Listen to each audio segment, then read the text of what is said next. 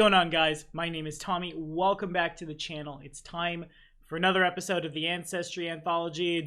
Requests we talk about the Dhampir, half vampire, half human, stronger than both. If you're liking what you see, and remember to like, subscribe, ding the bell, stay caught up on your Pathfinder 1st and 2nd edition content, and remember that you can get exclusive rewards, access to games, and a bunch of other stuff in between by supporting us on Patreon. Link is down there. Now, let's hit it. Okie dokie. So, we did talk about the Dhampir in Pathfinder 1st edition. A lot of the lore will remain the same. Follow this card right up here to get caught up. In 2nd edition, the flavor remains the same. Of course, a Dhampir is the offspring of a humanoid creature and a vampire. How exactly that comes about varies from person to person. Sometimes it's par for the course, the child of one mortal, one vampire. Sometimes if you get turned into a vampire whilst pregnant, your offspring will be a Dhampir. Some can come from supernatural influences, dark rituals, so on and so forth. Despite being living creatures, of course, Dhampirs respond to positive and negative energy as if they were undead.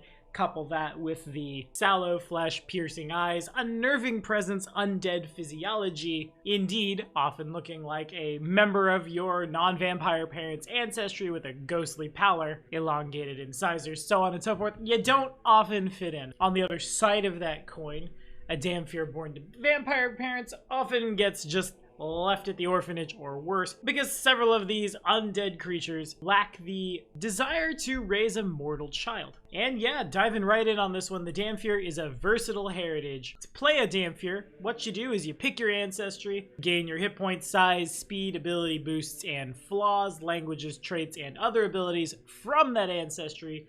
Then, instead of choosing a heritage, you choose this. You gain all the features from your versatile heritage. Some might modify or replace stats.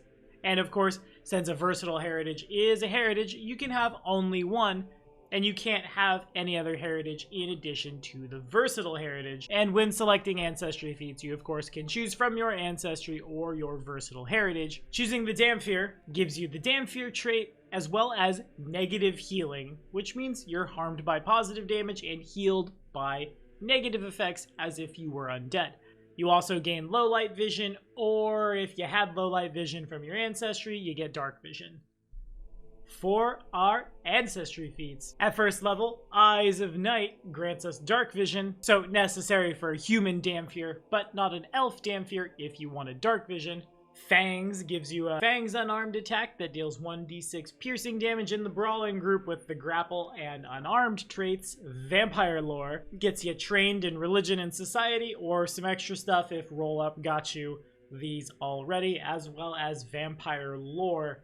Voice of the Night, probably the most powerful of the level 1s, IMO. You can ask questions of, receive answers from, and use diplomacy with bats, rats, and wolves, getting a +1 circumstance bonus to make an impression on these animals. Honestly, you can probably find rats anywhere you go in a city, and wolves in a lot of environments should be common enough if you know how to find them. Bats as well, honestly, in either. For the same reason that our 2nd edition investigator was an Isoki, and follow this card right up here if you want to watch that video, being able to talk to things that people might often overlook, therefore might have seen things that people wouldn't want people to see. Super powerful. Anyway, lastly, we have our first two Lineage Feeds. The Lineage tag specifies a physiological lineage your character has. You can only have one of these, you can only pick it at 1st level, and you can't retrain into or out of it. The Dhampir sees to the Stravekia, or a descendant of Nosferatu, gets a +1 circumstance bonus to perception checks, to sense motive, and perception DCs against attempts to lie to you. The Svetosher, I think I said that right. Svetosher? Someone born from a Moroi, someone born from a common vampire, calculates the penalty to their fortitude save and hit point reduction when they have the drained condition, as though the condition value were 1 lower. You're trained in diplomacy, or also an extra thing. At level 5, we add Enthralling Allure. Once per day, you can cast Charm as a 1st level Divine Innate spell.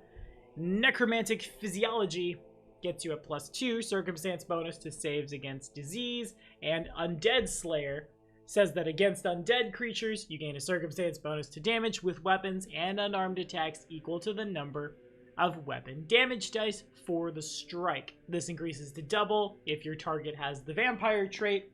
So yeah, if you're playing Carrion Crown in 2nd edition, maybe take that one. Or whenever they brew up the big anti-undead campaign. 9th level, Bloodletting Fangs. Your Fang strikes deal an additional 1d4 persistent bleed on a crit. You knew you'd see it.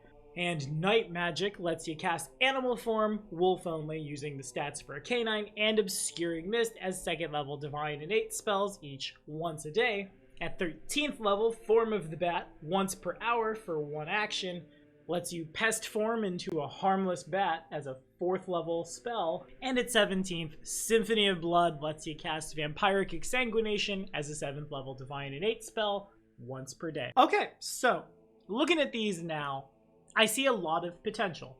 Again, Voice of the Night seems really strong to me. Say a Dhampir Ranger with a Wolf Companion. You don't have to worry about jumping through any hoops to make sure your animal completely understands you. Same with like a Dhampir Wizard and their Rat Familiar. But again, the amount of in-downtime investigation you can use with this, and by that same logic, Form of the Bat lets you go places that your character might not be able to otherwise access if nothing else. Just having a quick escape button for your Dhampir Barbarian when you need to fly away is pretty darn handy. I don't know how I feel about the once per day magic. Maybe in some games that's really good. And I guess there are a lot of people who wouldn't mind just draining a bunch of hit points out of folks with Symphony of Blood. But really what I'm seeing here is an ancestry that I'm expecting to be codified a little more as we move forward and when we do our like horror adventures. Of course, like I've said before, playing a Dhampir means you've got to take some specific precautions, hedging your bets and stuff, because positive energy won't be able to heal you. The cleric fires off a 3-action heal and suddenly you're on fire. Though Silver Lining in 2nd edition, healing potions do not have the positive trait, so those are fine for you. But unless the party has an alchemist, investigator, or a necromancer, someone who isn't you, who will be regularly 3-action harming, you kind of become responsible for your own healing. You must spend your own resources a certain way. Putting this heritage on top of an orc, or any of the martial classes that can jam temp HP down, follow this card right up here, we talk more about that, can also help alleviate this, but my experience with Dhampirs has just so often been, man, we can't help you, but we can help everyone else. You're playing a martial? Ugh, that's real bad. I've only ever theory crafted Dhampir. I've never played one myself. In this edition, if I were to do so, I think what I would end up doing is something along the lines of a Dhampir cleric or oracle, or I suppose divine sorcerer. Our Gish build doesn't look horrible with it. Throwing harms all over the place, sometimes at you, sometimes at them. This slots in pretty well. What I will say is it's real unfortunate that the 3-action harm is an emanation and it's not all targets in the burst. I guess probably all the other clerics that are throwing out harms are happy they aren't burning their own skins off, but god, that'd have been so good. Can you imagine?